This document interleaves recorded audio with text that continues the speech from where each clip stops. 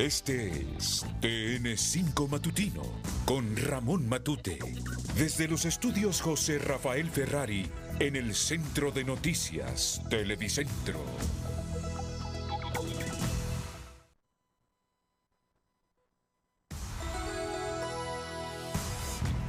Buenos días, bienvenidos a una emisión más de TN5 Matutino, ya listos y preparados para llevarle a usted la información más importante que ocurre en las últimas horas en Honduras y el mundo. Y damos inicio a este espacio informativo dándole a conocer los hechos más importantes ocurridos en el Distrito Central y sus alrededores a través de la patrulla TN5 del Distrito Central, donde lamentablemente destaca la muerte violenta de dos personas en hechos diferentes. Estas y otras informaciones se las presento a continuación.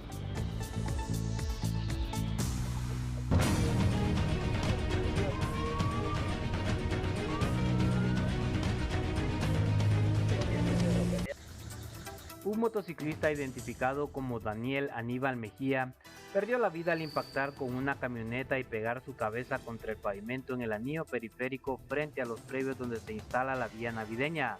La víctima fue atendida por paramédicos de la Cruz Roja, pero lamentablemente por la gravedad del golpe perdió la vida casi de forma instantánea.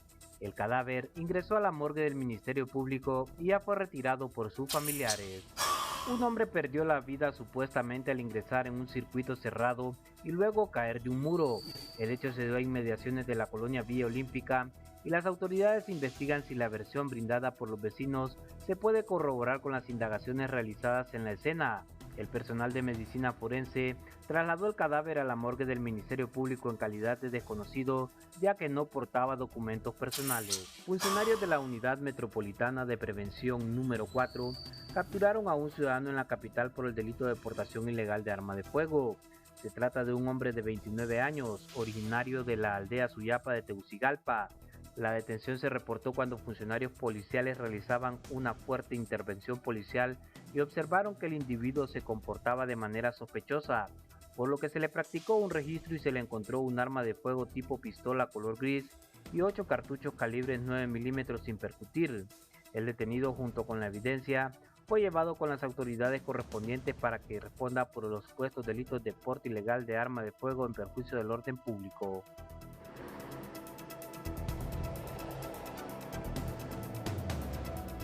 Bien, hasta acá el resumen de los hechos más importantes ocurridos en el Distrito Central y sus alrededores. Ahora nos trasladamos a la ciudad de San Pedro Sula, donde nuestro compañero Orlin Martínez nos tiene la información más importante ocurrida en ese sector.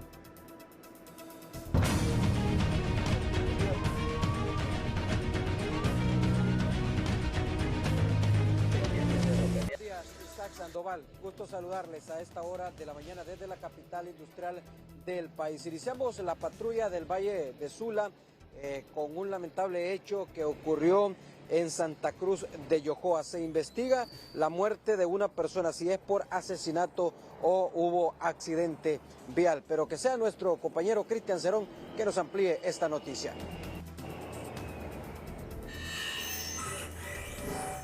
Desafortunadamente, la noche del jueves se reportó la muerte de una persona del sexo masculino, precisamente en una de las cañeras de la aldea Subirana del municipio de Santa Cruz de Yojoa. El ahora occiso fue identificado por vecinos como Gilberto Cruz Hernández, quien era guardia de seguridad. Su causa de muerte es un completo misterio sin descifrarse, pero podría suponerse que fue asesinado por algunas marcas en su cuerpo. Lo que sí es cierto es que su muerte ha golpeado anímicamente a sus familiares, que al enterarse que la noche avanzaba y no llegaba a su casa, salieron a buscarlo sin esperarse que encontrarían su cuerpo sin vida. Mediante ubicación y reconocimiento, equipos especializados de la Dirección Policial Antimaras y Pandillas contra el Crimen Organizado en la colonia Los Profesionales del municipio de Choloma le dieron detención a un supuesto gatillero de la estructura criminal Mara Salvatrucha. Según el informe de la Dipanco, el arrestado es conocido en el bajo mundo con el alias de El Chele, de 29 años, miembro activo de la estructura criminal Mara Salvatrucha MS-13, el cual tiene 4 años de pertenecer a dicha organización delictiva con el rango de gatillero y siendo su lugar de operaciones el municipio de Choloma. Asimismo, en el operativo fueron decomisados un arma de fuego de uso permitido conteniendo 15 proyectiles, arma que será periciada para determinar la participación del sospechoso en hechos violentos. También se logró el decomiso de 450 bolsitas plásticas transparentes conteniendo supuesta cocaína, un teléfono celular y 14 cartuchos calibre 7.62. Finalmente, en el municipio de Santa Rita, agentes policiales de la Unidad Metropolitana de Prevención número 11 lograron la detención de un individuo por suponerlo responsable del delito de tráfico de drogas. Se trata de un individuo de 37 años, a quien se le conoce como el Elvin, a quien las autoridades lo identifican como presunto distribuidor de drogas independiente que delinque en el sector donde fue detenido. Por lo tanto, el sospechoso aprehendido, junto con las evidencias recolectadas, será puesto a disposición de la Fiscalía de turno del Ministerio Público de El Progreso, quien se encargará de iniciar el proceso judicial correspondiente y dictaminar el grado de responsabilidad en los hechos que se le imputan. Hasta aquí el resumen de los acontecimientos más relevantes que tuvieron espacio en el Valle de Sula, que se los compartimos en la patrulla TN5. Desde el lugar de origen de la noticia, les ha informado Cristian Cerón. Bien, hasta aquí el resumen de la patrulla del Valle de Sula. Vamos a conocer qué ha ocurrido en el litoral atlántico con nuestro compañero Nahum Monge. Buenos días.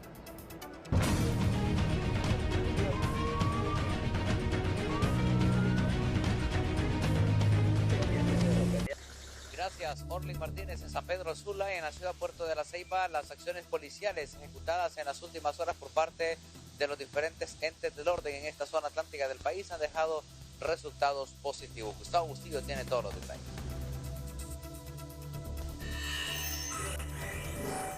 Mediante la operación Solución al Crimen en su fase número 3, la Policía Nacional a través de la UDEP número 2 realizan los fuertes operativos, dejando como resultado la captura de una persona del sexo masculino por el delito de tráfico de drogas en la ciudad de Tocoa, en el departamento de Colón. Al momento de su captura se le encontró en posesión de varias bolsitas plásticas conteniendo en su interior hierba seca, supuesta marihuana.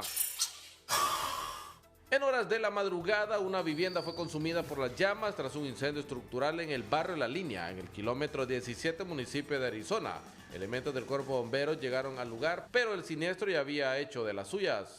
Bien, lo más importante en el recorrido de la patrulla TN5 a esta hora de la mañana desde la ciudad Puerto de la Ceiba. Vamos al estudio con Ramón Matute, que tiene más información a través de esta edición de TN5 Matutino. Gracias al periodista Nahum Monge, también Orlin Martínez y Isaac Sandoval dando las patrullas TN5, 5:49 minutos.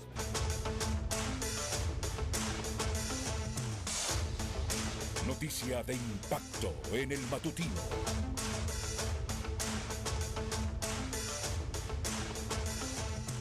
Mucha atención a esta noticia de impacto. En un intenso operativo capturan al primer individuo perteneciente a la estructura criminal Pandilla 18 en Roatán, Islas de la Bahía. Isaac Calix, buenos días. Buenos días Ramón Edgardo Matute. Bueno, esto preocupa ya a las autoridades policiales y también a las autoridades departamentales y municipales, ya de que Islas de la Bahía, específicamente Roatán, pues es prácticamente la ventana del turismo internacional, en donde la seguridad debería ser prioridad para este brazo económico que es muy frágil en todo el país. La persona que fue capturada pertenece al nombre de Ricardo Isaí Centeno Ávila, de 37 años de edad, donde su ficha delictiva aparece como miembro de la estructura criminal Pandilla 18, de 37 años de edad. Lo curioso del caso, Ramón, es que en la ficha aparece que esta persona, este individuo, debería estar recluido en la penitenciaría de Ilama, en el departamento de Santa Bárbara, y quien es originario también del departamento de Olancho, específicamente de Juticalpa, y no se preguntan qué está haciendo acá en Roatán, Islas de la Bahía, si su ficha aparece que él debería estar recluido en una de las prisiones de máxima seguridad en el departamento de Ilama, Santa Bárbara. Roatán, de momento, no se tiene pues conocimiento de que existan estructuras ya formadas. Estamos hablando de la Mara Salvatrucha o Pandilla 18 o otra estructura.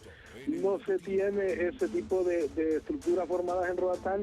tampoco tenemos la figura de la extorsión y eso hace un poco más atractivo las inversiones extranjeras, pero ya con el hecho de haber capturado a una persona perteneciente a esta estructura, esto ya preocupa al sector turismo y también preocupa a las autoridades policiales y departamentales. Ramón, esto es lo que les puedo informar. Esta captura fue realizada ayer en horas de la noche. Vamos a tener más reacciones sobre esta situación a través de los noticieros de TN5 y también pues a través de estos espacios informativos. Ramón, esto es lo que le puedo informar. Si no hay consultas, yo regreso hasta Tegucigalpa. Somos primeros con las noticias. Gracias, Isaac Calix. Ahora pasamos con Edgardo Rodríguez en Olanchito Lloro, porque el Hospital Aníbal Murillo está recibiendo importante donación tanto de insumos médicos como también utensilios médicos por el orden de los $120,000. Edgardo Rodríguez, buenos días. Buenos días, licenciado Ramón Edgardo Matute, televidentes de TN5 Matutino, primeros con la noticia.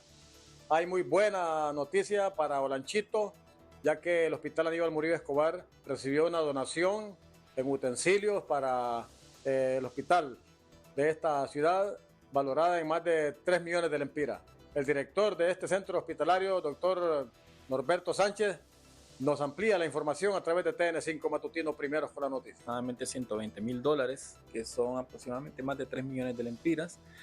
Una donación que se hace mediante un convenio entre la Secretaría de Salud y Global Links, que es una organización internacional, en donde ellos nos consiguen donaciones de hospitales de Estados Unidos. Y pues nosotros como hospital fuimos favorecidos con este contenedor, donde tiene múltiples equipamientos, tanto de insumos médicos quirúrgicos como de insumos administrativos, como ser sillas, también donación de muebles, como para archiveros y también estanterías para colocar los expedientes médicos clínicos, así como camillas ginecológicas, camas para pacientes, monitores y algunos otros insumos que son necesarios para nuestro hospital. Este es mi reporte de Olanchito con las imágenes de Zulma de Rodríguez, Edgardo Rodríguez, TN5 Matutino. Retorno hasta la capital Tegucigalpa. Buenos días. El experto César Quintanilla a esta hora de la mañana, 5:56 minutos, nos pone al tanto de las condiciones climatológicas en Honduras para las próximas horas.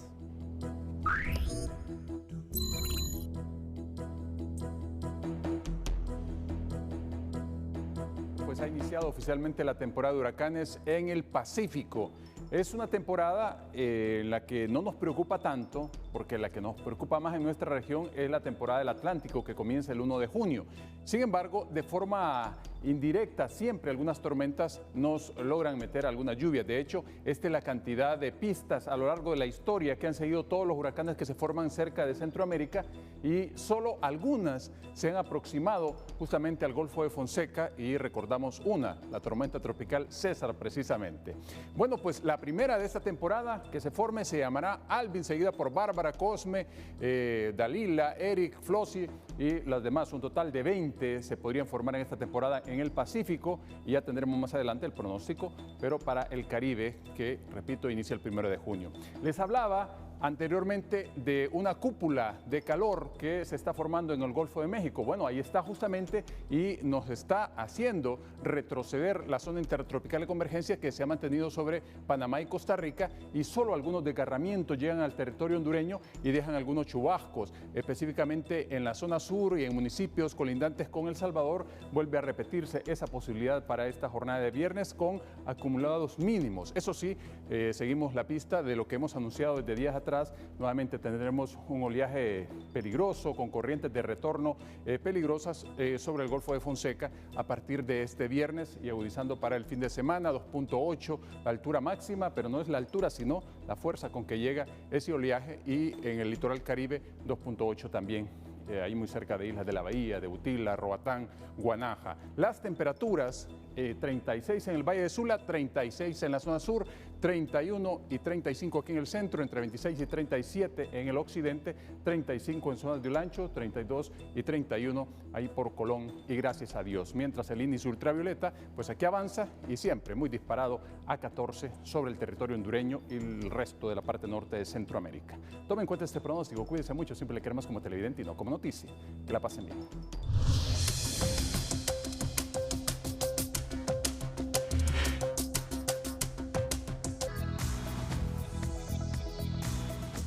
Solo por tener un sistema descentralizado, el municipio de Taulabé está pasando una terrible situación en cuanto a abastecimiento de medicamentos en sus centros de salud.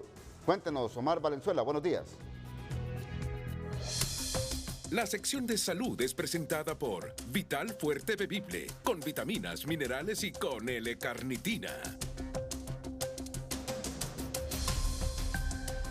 Muy buenos días, Ramón Edgardo Matute. Como siempre, somos primeros con la noticia. Mire usted, aunque parezca mentira, por pertenecer a un sistema descentralizado, el municipio de Taulabé no pasa ningún problema por medicamentos o abastecimiento del mismo, debido a que ellos hacen las compras directas y este sistema es muy funcional. Escuchamos a la edil de este municipio a continuación. Mira, porque tenemos la ONG aquí en Taulabé, que es Madre Feliz, que es MAFE, donde hemos manejado la salud desde muchos años atrás y hasta el día de hoy.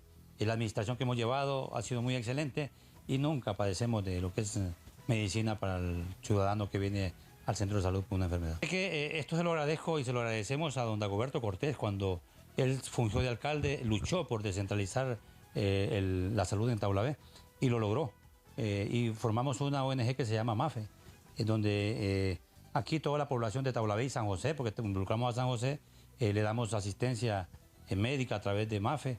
Hoy yo soy el presidente de esta institución y aparte de esto tenemos también labor y parto. Claro, y cuando no lo hay, lo que hacemos es ver de qué forma se les puede ayudar. Nos mandan la receta a la municipalidad y nosotros con todo gusto desde allá, cuando no hay un medicamento que se ocupa especial para un paciente, le colaboramos y se lo compramos. Yo pienso que sí, porque de esta forma la salud llega y que realmente los medicamentos nosotros le compramos a los laboratorios lo necesario y lo que se ocupan de las enfermedades que hay en el municipio.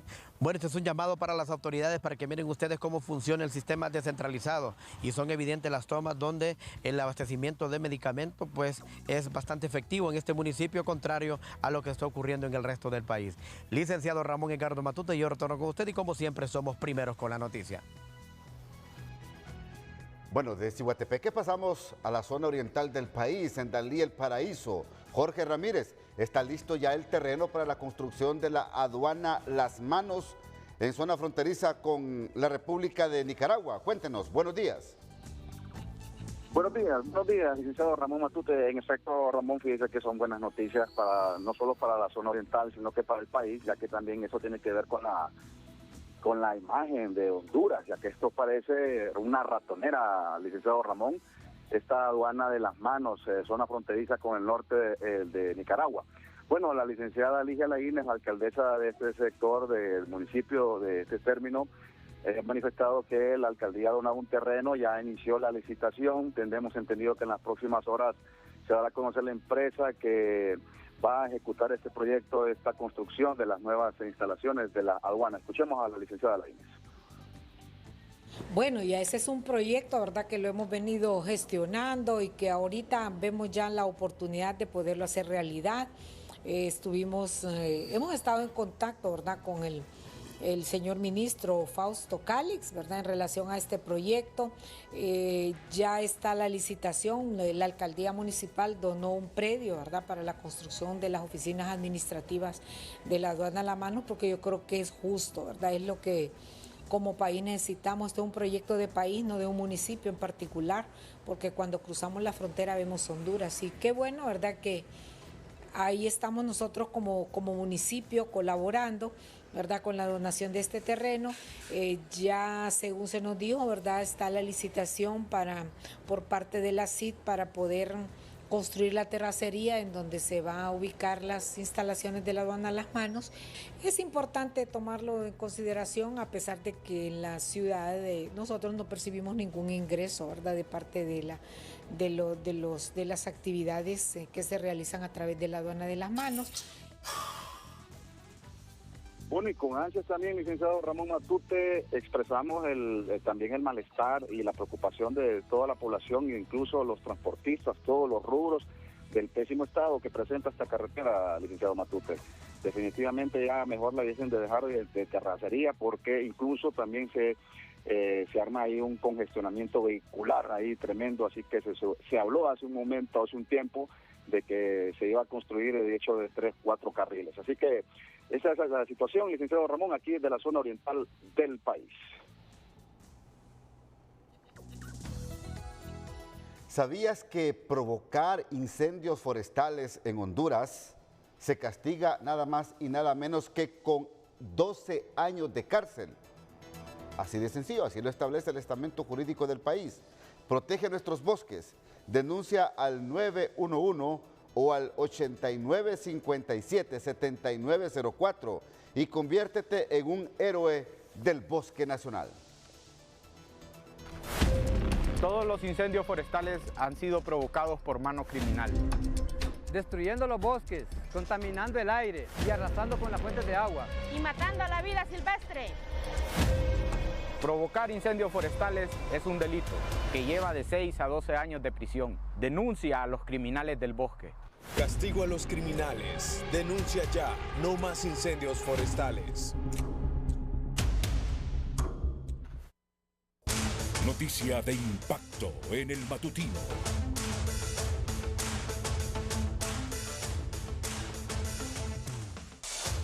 Mucha atención a esta noticia de impacto. La alta erogación en el Congreso Nacional de la República rompe sus límites. En 3 meses del año se gastaron 35.644.558 lempiras con 36 centavos. Según el portal de Transparencia, llama la atención que en el mes de marzo, donde hubo elecciones y comenzaron a no legislar, fue en el mes que se gastó más dinero. A pesar de no sesionar por más de 50 días en el año, congresistas gastaron 35.644.000 lempiras en enero, febrero y marzo. Tony Munguía con el informe de investigación que ha hecho en las últimas horas en el portal de Transparencia del Congreso Nacional. Buenos días, Tony. Noticia de impacto en el matutino. Buenos días. ¿Y qué opinan los analistas políticos de nuestro país ante este gasto enorme que tiene el Congreso Nacional? 35 o más de 35 millones de lempiras en gastos de ceremonias y protocolos en tan solo 3 meses. Buenos días, abogado Oliver. Buenos días, Honduras. Bueno, es la pasarela de la irresponsabilidad en la gobernanza. Así de sencillo. Un Congreso haragán, un Congreso casi en narcolepsia, gastando en asuntos de protocolización o asuntos protocolarios cuando ni siquiera han sesionado. Es una situación bastante delicada, pero ese ha sido el ABC de este gobierno, lastimosamente, y sobre todo del desorden que se maneja en el Poder Legislativo. Ahora bien, abogado, se llama poderosamente la atención, se gasta una gran cantidad de dinero en el mes de marzo, donde ellos anunciaron que no iban a tener sesión y en efecto no hubo sesión. ¿Por qué? Porque habían elecciones. ¿Hay sospecha en esto? Bueno, si no estaban sesionando porque andaban en una actividad política de cara a las elecciones internas, entonces esos gastos, ¿en dónde están justificados? Porque aquí 10 millones o casi 10 millones de hondureños apuntaríamos al hecho de que eso terminaron en canastas, en ayudas, en subvenciones, disfrazados de gastos protocolarios. Entonces, esa es la misma perra revolcada de todos los gobiernos y en específico este que es el 2.0, de los gastos y de la forma de apañar y de barnizar lo que antes criticaban y que ahora es una constante diaria en el Poder Legislativo. Da pesar porque los hondureños no tienen acceso a su mínimo vital pero los políticos tienen acceso no solo al erario del pueblo hondureño, sino a malgastarlo, a no destinarlo a donde debe de ser, pero sobre todo a seguirle viendo la cara de bobo, la cara de tonto al pueblo hondureño. Muchísimas gracias. Él es el abogado Oliver Erazo, analista político de nuestro país, donde reacciona sobre estos gastos sin límites que tiene el Congreso Nacional de Honduras. Son más de 35 millones de lempiras que se han gastado en tan solo 3 meses. Estamos hablando de enero, febrero y marzo en protocolos y ceremonia en el Congreso Nacional. Así está la situación de nuestro país. Con usted. Buenos días.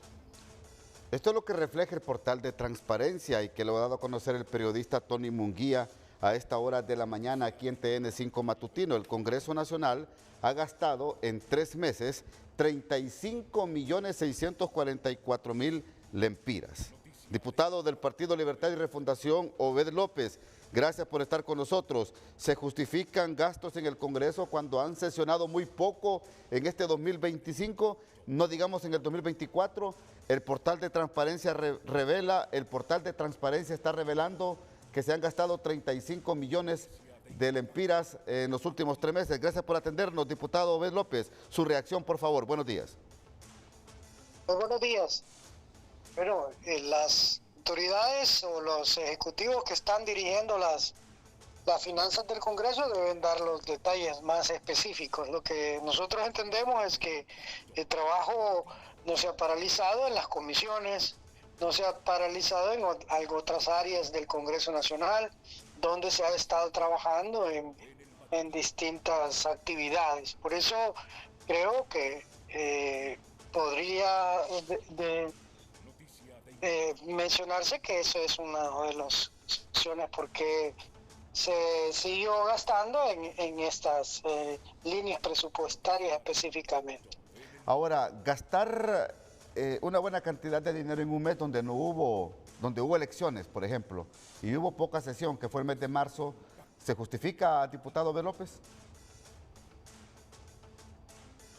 Le consulto, diputado Obed López, en un mes como el mes de marzo, donde hubo elecciones primarias y poca sesión, ¿se justifica un gasto excesivo? Como les menciono, Ramón Matute, desconozco exactamente las líneas presupuestarias al que usted me está consultando. Sin embargo, hay algunos gastos del Congreso Nacional que son permanentes, son gastos fijos. Los gastos fijos son los salarios de los diputados, son los salarios del personal y son algunas actividades que realizan las comisiones que están integradas en el Congreso Nacional. Así que habría que revisar cada uno de los gastos que se realizaron y ahí determinar si amerita una auditoría especial. Pero hay, como le menciono, hay gastos fijos que aún que no se sesione siguen haciéndose. Hay contratos que se realizan por tiempo permanente, contratos fijos, y todos esos hay que cumplirlos. Pero, repito, no desconozco exactamente las líneas presupuestarias o los gastos a los cuales usted se refiere, pero nosotros creemos que la auditoría, la transparencia debe ser un mecanismo permanente en todas las instituciones. Perfecto. Gracias, diputado Obed López, muy amable por atendernos aquí en el Matutino esta mañana. Gracias. Noticia de impacto en el Matutino.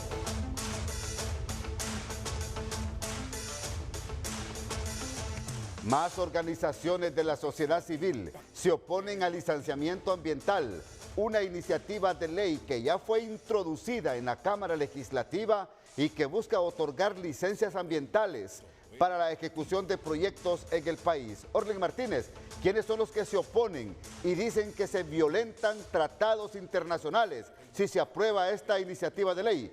Buenos días, Orlin. Buenos días, licenciado Ramón Matute. Me acompaña el abogado Víctor Fernández, el coordinador, director del Movimiento Amplio por la Dignidad y la Justicia. Abogado, ¿Qué opina usted sobre esta iniciativa de ley que se ha introducido en el Congreso Nacional? Buenos días. Buenos días. Bueno, nosotros hemos leído el texto y hemos seguido el debate que abrieron el otro día en el Congreso Nacional. El texto de la ley tiene unas contradicciones tremendas entre acelerar el otorgamiento de licencias ambientales y defender el ambiente, digamos, respetar los estándares internacionales. Eso me parece obvio en el texto, tiene una contradicción. Se supone que lo que quieren es otorgar licencias de inmediato y respetar el ambiente de una vez. Y además respetar los derechos de las comunidades a participar en todos estos procesos. Entonces no puede haber, las dos cosas no combinan, pues. Y además lo que está diciendo esta ley es que hay una especie de burocratización, de lentitud en el otorgamiento de licencias ambientales, y nosotros podemos decir desde la función que ejercemos, desde el trabajo que tenemos en la Secretaría de Recursos Naturales, no solo hay lentitud en el otorgamiento de licencias ambientales, hay lentitud en todo en esa Secretaría. Entonces, un problema de lentitud en la administración pública, de alta burocratización de los procesos, no se resuelve por decreto. Entonces, eso me parece fundamental. Otro elemento, es decir, revisen qué es lo que está pasando en la Serna para que no hayan resoluciones en los tiempos que ya tiene establecido la ley. Pero lo que no puede permitirse es que bajo determinados argumentos, bajo determinados casos específicos, porque eso es lo que está detrás acá, un par de casos que le interesan al Estado, un par de asuntos que le interesan a sectores económicos que los quieren mover a través de esta iniciativa. El Estado, por ejemplo, tiene grandes proyectos ahora que los está impulsando, que tienen demandas de participación ciudadana, como el proyecto El Tablón, Jicatuyo, Morosalí, todos estos que tienen que ver además con la inversión internacional, con préstamos internacionales, pero ninguna de estas cosas puede pasar por el derecho que tiene la gente a conocer, a participar y a decidir sobre el ambiente en su entorno. Eso es un tema, como decía la presentación, de estándares internacionales, de tratados internacionales que se tienen que respetar, y además de derechos que están contemplados en otras leyes secundarias del país. Por ejemplo, la Ley General del Ambiente no solo establece un derecho de la gente a participar sobre la defensa del ambiente, es un deber. Pueden verlo a partir del artículo 102 de la Ley General del Ambiente. Las organizaciones, las comunidades tienen que participar directamente de cualquier decisión que impacte ambientalmente. Ahora, si lo que quieren es cambiar la lógica del funcionamiento, digamos que se van a enfrentar a un montón de demandas, a un montón de contradicciones y por supuesto, a procesos de resistencia comunitaria. Porque a estas alturas el gobierno lo sabe, los diputados proyectistas lo saben, que hay un movimiento de defensa del territorio, de defensa del ambiente, que tiene mucha fuerza, que tiene mucha beligerancia, y que lo que tienen que hacer es coexistir, coordinar y volver más eficiente la administración pública. Yo denuncio esto porque esto fue lo que pasó posterior al golpe de Estado.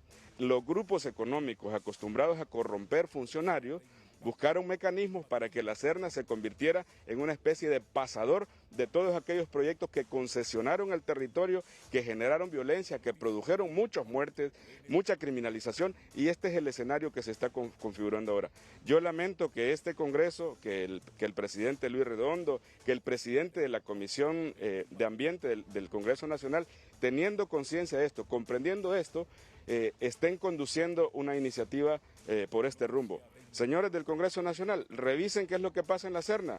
Es decir, los problemas sociales, los problemas ambientales, los problemas de inversión no se resuelven por decreto, se resuelven a partir de eficientar la administración pública, que ya tiene un marco regulatorio que perfectamente, si se cumpliera, pues tuvieran licencia ambiental aquellas licencias que merecen ser otorgadas, y no van a tener licencia ambiental aquellos lugares que impactan ambientalmente y negativamente. Sino, lo que ha pasado, por ejemplo, aquí en el Merendón, es que tenemos un montón de proyectos habitacionales que mediante fraude se introdujeron en zonas donde no debían existir, modificando la ley cuando les conviene. Digamos, todo es una lógica que merece la denuncia, merece el rechazo que hoy tenemos nosotros frente a esta iniciativa, porque me parece que es una trampa que tiene que ver con la convergencia de intereses económicos que quieren a cualquier costa pues impulsar proyectos que son inviables ambientalmente, humanamente. Y quiero cerrar diciendo una cosa aquí. El decreto dice que tiene aplicación en los 18 departamentos. Muchos de los proyectos que están esperando licencia ambiental impactan en zonas indígenas, garífunas, que por disposición de tratados internacionales y como en muchos otros territorios, debe hacerse la consulta previa a ley uniformada, no para cada licencia, para esta misma ley.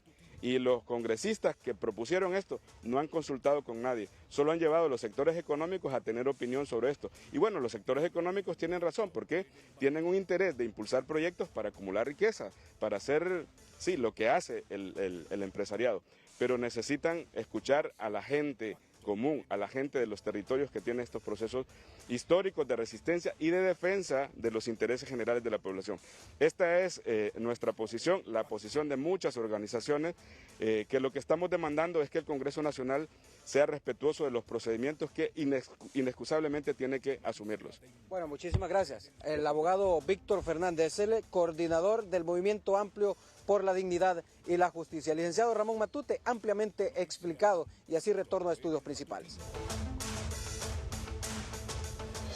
Los deportes son presentados por Diaria. Cada vez que gano con Diaria, me voy de paseo. Diaria, soñá y ganá. Loto te cambia la vida. Bienvenidos al segmento de Deportes TVC. Equipos capitalinos tomaron ventaja en los juegos de ida de las semifinales del clausura de nuestra Liga 5 Estrellas. El Olimpia venció 0-2 a Victoria en el Estadio Morazán con goles de Carlos Pineda y Jorge Benguche. La vuelta de esta serie será este sábado 17 de mayo al contar de las 7:30 de la noche. Los boletos ya están a la venta con valores de 150 en sol, 300 en sombra y 600 en silla. Esto dijo en conferencia de prensa el entrenador de León, el uruguayo Eduardo Espinel. Tenemos mucha experiencia en el fútbol y el fútbol nunca te deja de sorprender. Entonces sí, contento, feliz por el trabajo de los jugadores del partido de hoy, orgulloso de estar peleando el campeonato en el fútbol hondureño con Olimpia.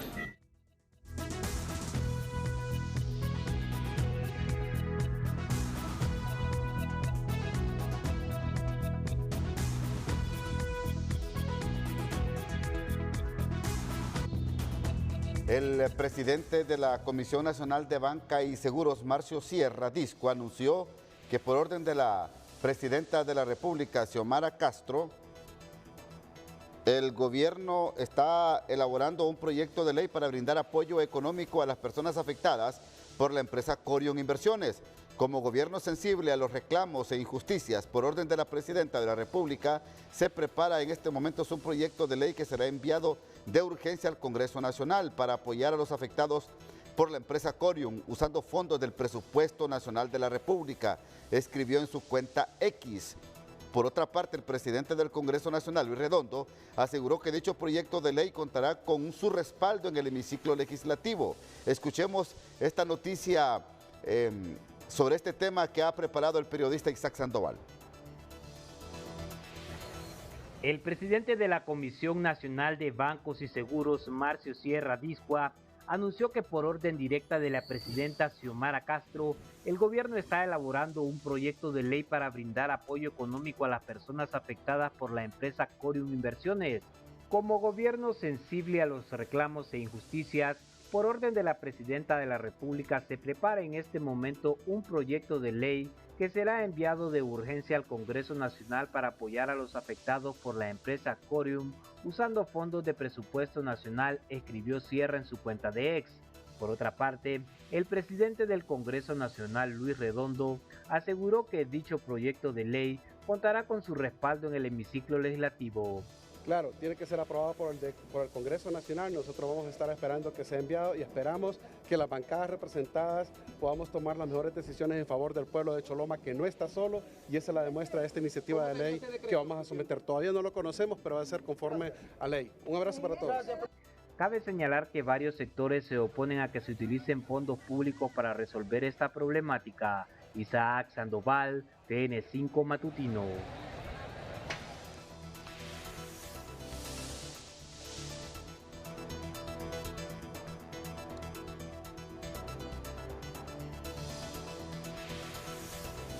La pregunta que se hacen millones de hondureños es si es correcto o no utilizar fondos del presupuesto general de la República para pagar un delito de fraude o estafa. Porque esto es lo que pasó con la empresa Corium Inversiones. Se habla de miles de millones de lempiras que habrá que pagarle a los inversionistas que desde el momento que se dieron cuenta del descalabro de la financiera comenzaron a abocarse en las afueras de la sede de Corium. Mire, hay un estudio importante que yo le presento esta mañana en exclusiva a usted aquí en el noticiero. Es un esquema Ponzi, así lo han catalogado quienes conocen el tema. ¿Y qué es un esquema Ponzi? Es un tipo de estafa donde se promete a los inversores altos rendimientos, pero en realidad se le paga con el dinero de nuevos inversores, no con ganancias reales, dice el señor Leonardo Pineda, de la Sociedad Civil de San Pedro Sula, que hace el análisis. No con ganancias reales. Funciona mientras hayan nuevos participantes, pero colapsa cuando no hay suficiente dinero para pagarles a todos. Los esquemas Ponzi, al ser fraudes financieros que dependen de nuevos inversionistas para pagar a los anteriores, han afectado a personas en todo el mundo, generando pérdidas millonarias y en algunos casos, crisis sociales y políticas. El señor Leonardo Pineda, repito, de la Sociedad Civil de San Pedro Sula, hace un análisis comparativo de cómo los gobiernos han respondido a esta situación de estafas o fraudes financieros. Por ejemplo, pone el caso de Estados Unidos, el caso del señor Bernie Madoff, que sucedió precisamente en el 2008. ¿Qué hizo el gobierno? De acuerdo a lo que dice en su análisis el señor Leonardo Pineda, el gobierno de Estados Unidos no usó fondos públicos para compensar a los inversores, pero designó un fideicomisario para liquidar los activos de Madoff y su firma. Hasta el 2018 se recuperaron aproximadamente 13.000 millones de dólares, lo que permitió devolver entre un 60 a un 70% de las inversiones iniciales de algunos inversores. Esto lo explica acá en su análisis el señor Leonardo Pineda, y expone en su análisis otros casos, como por ejemplo lo que pasó en 1996 en Albania. En la década de 1990 varios esquemas Ponzi en Albania prometieron altos rendimientos, atrayendo a una gran parte de la población. Cuando colapsaron en 1996, las pérdidas alcanzaron un impacto económico devastador. ¿Qué hizo el gobierno de Albania? El colapso de los esquemas llevó a una crisis política que derrocó al gobierno. Hubo disturbios incontrolados, dice en su análisis. No hay registros de que el gobierno albanés haya compensado directamente a los inversores con fondos públicos. Expone otro caso el señor Leonardo Pineda, Colombia 2008, un esquema Ponzi liderado por DMG, Grupo Holding S.A., y otras entidades captó aproximadamente 1.000 millones de dólares de inversores. Cuando colapsó en el 2008 provocó protestas violentas en 13 ciudades, forzando al gobierno a declarar un estado de emergencia. Compensación, dice el señor Pineda en su análisis. No se implementó un programa de compensación con fondos públicos. En cambio, el gobierno intentó recuperar activos para devolver a los inversores. Y así en lo sucesivo sigue exponiendo otros casos, como por ejemplo lo que pasó en el año 2000 en Jamaica, lo que pasó en el caso Capa 2019 en Filipinas, lo que pasó en el 2013 en Túnez y por supuesto también otros casos que expone aquí en su análisis.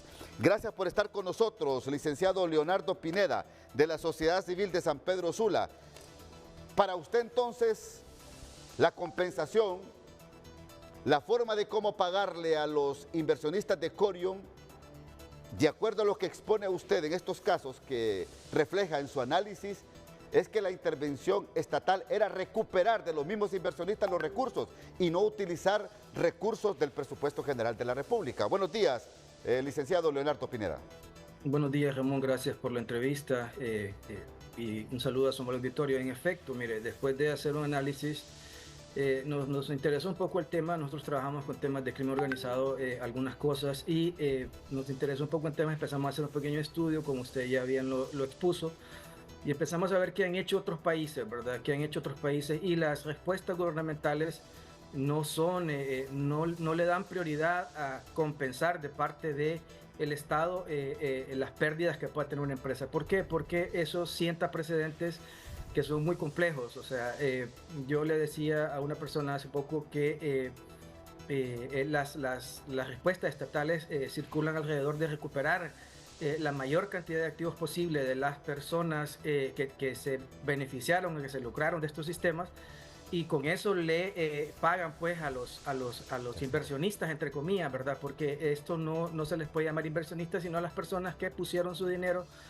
muchas de buena fe puede ser, ¿verdad? Y es lamentable lo que les puede pasar, pero en un esquema que es ilegal, ¿verdad? Un esquema de una empresa que es un comerciante individual que no estaba registrada. Es lo mismo que pasó en casi todas las partes del mundo, ¿verdad?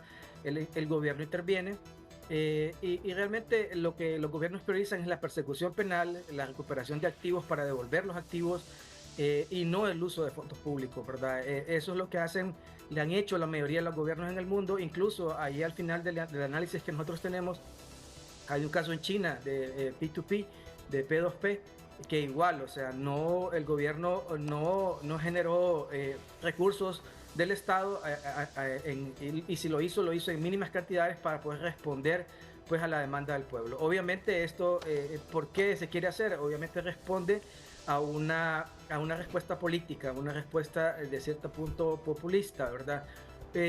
Y no a una respuesta realmente de un interés por las personas. ¿Y por qué digo esto? Porque aquí en San Pedro Sula hemos tenido, por ejemplo, en los últimos 2 años, un cierre bastante fuerte de maquilas. Hemos visto muchos empleados, muchos obreros estar reclamando en frente de las maquilas sus prestaciones para poder sobrevivir. Y ahí no hemos visto ninguna respuesta similar de parte del Estado tratando de compensar estas pérdidas, que son pérdidas legales inclusive, ¿verdad?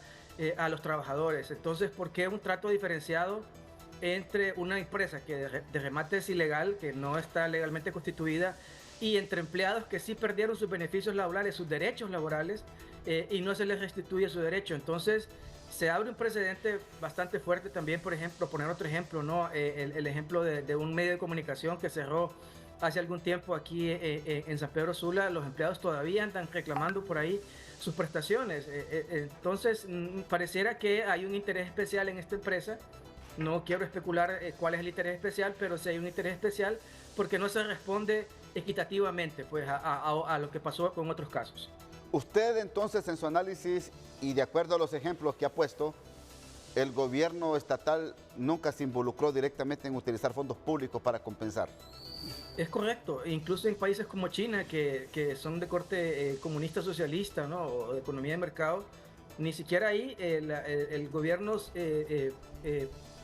pues destinó fondos públicos para compensar pérdidas de un esquema fraudulento. No es que eso abre una posibilidad muy grande. O sea, es como que yo quisiera invertir, por ejemplo, que alguien me dijera a mí, mira, vamos a traer mercadería de contrabando, ¿verdad? Y yo invierto en ese producto, en esos productos de contrabando, y alguien incauta el contrabando, ¿verdad? Entonces yo como pues afectado, voy donde al gobierno a decirle, mire, este contrabandista me engañó, usted me tiene que pagar mi dinero. O sea, es un esquema ilegal. Pongo un ejemplo un poco radical, pero así es un esquema ilegal que no debería responder el Estado. Debería tratar de buscar los bienes, ¿no? De estas personas que se beneficiaron de estas cosas. Tengo entendido que se han incautado casi 500 millones de lempiras. Ahí hay ya un buen inicio que se puede empezar a pagarle a las personas afectadas bajo un esquema que tampoco existe en el país, que ese es otro gran problema. No hay un marco regulatorio que le diga a las personas qué tienen que hacer o al gobierno qué tiene que hacer en estos casos. Gracias, Leonardo Pineda, muy amable por atendernos en el matutino y por su análisis. A la orden para servirle. Gracias, muy amable. Vamos con la noticia del día. La noticia del día es presentada por Banco Azteca. En el mes de mamá, tu remesa vale el doble. Cóbrala directo en tu cuenta guardadito desde la app para duplicarla. Noticia de impacto en el matutino.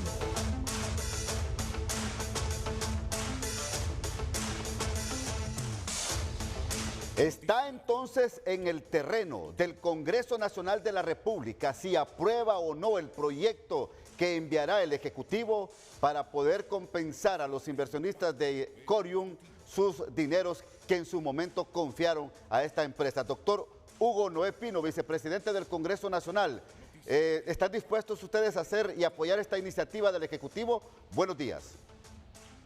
Buenos días, Ramón. Yo considero que muchos de los juicios que están siendo expresados por varios sectores son juicios a priori, primero porque no conocemos el contenido del proyecto de decreto que va a enviar el Ejecutivo al Congreso Nacional, y es hasta ese momento en que vamos a conocer los alcances de el mismo. Tengan la seguridad de que el Congreso Nacional le va a dar la suficiente consideración, tanto desde el punto de vista legal de las atribuciones que tiene el Congreso, como también desde el punto de vista financiero. Por ejemplo, uno de los elementos que va a ser obviamente objeto de discusión y que no se conoce es que se va en determinado momento a tratar de proteger los depósitos de los ahorrantes pequeños o de personas que tengan depósitos más de 500,000 lempiras o una cantidad específica, que significa que esta gente tiene cultura financiera y que tiene todo el conocimiento para saber que estaba poniendo en riesgo su dinero. ¿Tendrá que hacerse algunas modificaciones al presupuesto general de la República, algunos renglones presupuestarios? ¿Se puede identificar los recursos de este presupuesto para hacer estos pagos, doctor? Bueno, yo creo que no debemos de adelantar criterios. Algo que señalaba el licenciado Pineda, que es correcto y se hace con todas instituciones formales, dada que esta no era una institución financiera formal, es proceder a liquidarla. Primero, en el caso específico de que estamos hablando, hay que ver a cuánto asciende el monto de los depósitos que hicieron los diferentes sectores, o sea, la gente, cuánto dinero van a reclamar. Se tiene 350 millones aproximadamente en efectivo, más 69 que estaban en los bancos. Habría que ver qué tipo de activos, como por ejemplo bienes raíces, tenían esto, aunque dudo mucho que haya muchos activos en esa dirección, porque si era como se puede prever, un procedimiento de estafa, lo más seguro que estaban alquilando en los diferentes lugares. O sea que a partir de ahí se debe de, en primer lugar, proceder a hacer el cálculo de cuánto es el resto o lo que quedaría debiendo o faltando, mejor dicho, para cubrir las verdaderas peticiones, y en función de eso ver qué es lo que correspondería en determinado momento cubrir. Y aún así, de esa falta que tiene que cubrir, habría que señalar hasta qué monto específico se pudiera hacer. Y como dice usted, luego identificar dentro del presupuesto nacional de la República como si esa es la decisión del Congreso Nacional, pues cuántos serían los montos y de dónde saldrían los recursos. Permítame, doctor Hugo Noé Pino, permítame. Tengo diputados también que van a intervenir en estos momentos. Vamos con Tony Munguía, platica con el doctor Marlon Lara sobre este tema. ¿Van a apoyar esta propuesta que va a enviar el Ejecutivo a la bancada del Partido Liberal? Buenos días, Tony. Buenos días. Misma pregunta le hago al doctor Marlon Lara, porque es diputado opositor del Congreso Nacional, ya en agenda en algunas bancadas para tratar este tema y para que no lo sorprendan. Buenos días, doctor. Muy buenos días. Quiero decirte que en primer lugar no nos ha llegado ningún proyecto de decreto en relación al tema Corium. Sí estamos preocupados, es un verdadero problema social. Muchas familias confiaron en ese sistema, no hubo la capacidad de las instituciones responsables de poder detectar que una empresa, un comerciante individual estaba captando fondos del público, y cuando se actuó ya podríamos decir era demasiado tarde. Tengo entendido que se logró recuperar 69 millones de lempiras que estaba en una institución bancaria, que es lo que el gobierno supervisó que se le entregaran a las personas afectadas, y que se encontraron más de 368 millones de lempiras en efectivo que no nos han respondido en manos de quién está, si los tomaron la Comisión Nacional de Banca y Seguro, qué se hizo con esos dineros. No sabemos quiénes son las personas que depositaron, los montos que depositaron, tengo entendido que son más de 35.000 personas, pero lo que sí tenemos que ponerle atención es que pueden haber más empresas como Corium operando en todo el país. Y además de eso, ya el pueblo hondureño está pagando un alto costo. Tener 2 días tomada la carretera al principal puerto de Centroamérica, por donde entra y sale el 90% de los productos que mandamos al exterior y los que importamos, ya genera graves daños a la economía del país, y además familias que no tenían, que no se daban cuenta que esa empresa estaba operando de manera ilegal.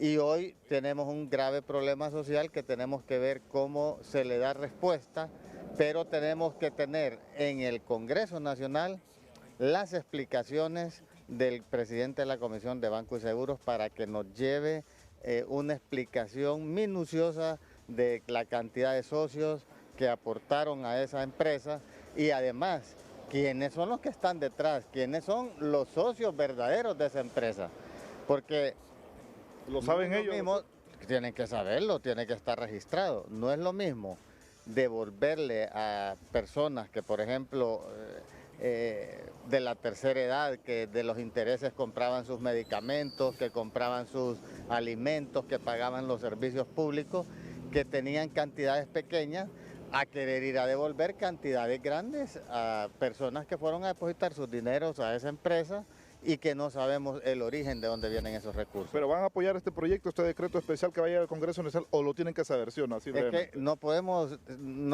primer lugar no tenemos el proyecto, segundo lugar tiene que ir el presidente de la Comisión Nacional de Banca y Seguro ante el Pleno, por ahí debemos de empezar, ante el Pleno del Congreso Nacional, a dar una explicación por qué esa empresa no fue esa empresa intervenida con anterioridad. Cuando habían denuncias, creo que inclusive un medio de comunicación impreso de la zona norte hizo durante una semana, y por eso fue que se dieron cuenta, durante toda una semana estuvo haciendo denuncias de ese sistema, pero lo que debe llamarnos la atención, ¿cuántas empresas más están operando en el país bajo el mismo sistema que operaba Corium? Muchísimas gracias. Y lo último que se sabe, Ramón, es que Iván Vázquez Castro, quien era el gerente y que fue detenido en las últimas horas, está siendo trasladado en estos momentos a medicina forense, a una revisión médica desde del centro penitenciario de Támara. Regreso con ustedes. Buenos días. Isaac Sandoval con la diputada Fátima Mena. Buenos días. Noticia de impacto en el matutino. Buenos días, licenciado Ramón Matute. De inmediato le consulto a la diputada Fátima Mena. Diputada, ¿estarán ustedes dispuestos a apoyar este proyecto de ley para resolver esta problemática de Corium? Bueno, primero que todo, creo que es importante conocer la propuesta y la alternativa que está planteando el Ejecutivo en este proyecto de ley, porque hasta este momento lo desconocemos completamente.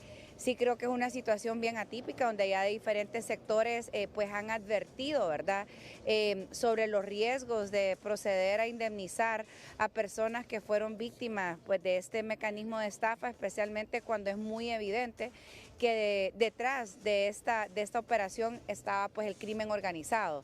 Entonces es por eso que hay que ser pues muy cauteloso en la revisión, primero, de cuál va a ser el esquema que estaría planteando el Ejecutivo en función de indemnizar a aquellas personas que fueron pues estafadas. Creo que también es importante establecer que quiénes son estas personas. Creo que si nosotros estamos hablando de personas pues que realmente de escasos recursos o personas, se habla de que esto se promovió a través de muchos profesores jubilados, pensionados, que ese es un criterio, pero bueno, tampoco podemos desconocer que hay personas que invirtieron muchísimo dinero, que pues la lógica nos dice que cuál es el origen, si hay un origen lícito de ese dinero o si no estaría siendo un mecanismo de lavado de activos, que habría que tener mucho cuidado porque hay toda una normativa, tanto nacional como internacional, alrededor del cumplimiento y evitar pues que se dé el lavado de dinero en el país. Así que dicen, bueno, el valor de MES es la tolerancia, ¿verdad? Entonces no hay que creernos dueños de la verdad. Yo lo miro pues un poco complejo, ¿verdad? A raíz o a la luz de las experiencias internacionales en función de estos esquemas y el rol que el Estado, los gobiernos han jugado. Pero bueno, creo que hay que escuchar, ¿verdad? La propuesta, identificar también de dónde va a salir ese dinero, porque constantemente, hace poco, por ejemplo, en el marco del presupuesto, nosotros queríamos que se le incrementaran los recursos a los pacientes renales, por ejemplo, dijeron que ese recurso no estaba. Entonces creo que también hay una obligación, no solamente de mandar el recurso, el proyecto de ley, sino que identificar también de dónde va a salir ese dinero. Muchísimas gracias a la diputada Fátima Mena en torno a este tema y la polémica generada por esta supuesta estafa. Desde este punto de la capital, yo retorno con ustedes a los estudios. El estado vial es presentado por Puma Energy. Ha desarrollado las nuevas gasolinas con tecnología Cleantech, limpieza que protege. Puma Energy. El tráfico vial a esta hora de la mañana en la capital de la República. Estamos observando el anillo periférico cerca de la colonia Hato de en Medio, pero también las diferentes intercepciones como el Boulevard Fuerzas Armadas, que también está altamente congestionado. Esta hora de la mañana el tráfico es terrible en la capital de la República. Si usted puede buscar alternativas viales para que llegue a su lugar o a su destino, pues hágalo. Pero le recomiendo, el anillo periférico está saturado, al igual que el Boulevard Fuerzas Armadas está muy saturado, Boulevard Kennedy, Boulevard Centroamérica y también el Boulevard Kuwait y el Comunidad Económica Europea. A esta hora de la mañana el tráfico vehicular es muy pero muy pesado en la capital de la República.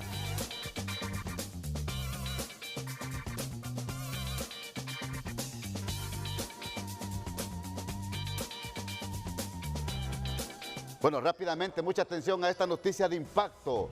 Mucha atención a esta noticia de impacto porque la Dirección de Protección al Consumidor ha detectado en las últimas horas empresas colombianas que se dedican también a hacer estafas. Abogado Enrique Santos, cuéntenos de esta noticia. Buenos días. Buenos días, mi estimado amigo, licenciado Ramón Matute y al pueblo hondureño. Es que de parte del gobierno de nuestra presidenta Xiomara Castro y nuestro ministro Freddy Cerrato de Desarrollo Económico es cuidar y proteger a los consumidores. Y esta vez, pues, nos tocó con el Ministerio Público caerle a una empresa que está ubicada en un mall capitalino, allá por el aeropuerto, y que está cometiendo fechorías en el asunto, estafando y engañando a la gente, porque se han ganado boletos aéreos, pero le han lavado las tarjetas de crédito. Y es cierto que van por al menos 4 empresas más que hacen este tipo de estafas. Bien, estamos platicando con el abogado. Abogado, le consulto. ¿Es cierto que van por 4 empresas más que hacen este tipo de estafas en el área turística? Total. Abogado, ¿van por otras empresas que hacen este delito de estafas también? Bueno, se nos ha cortado la comunicación con el abogado Enrique, pero sí está confirmando de empresas de capital o de origen colombiano, dice que las están frenando porque están cometiendo delitos de estafa. Vamos a profundizar más sobre el tema, por supuesto, en los próximos noticieros de aquí de la Corporación Televicentro. Que pasen todos un feliz y bendecido viernes.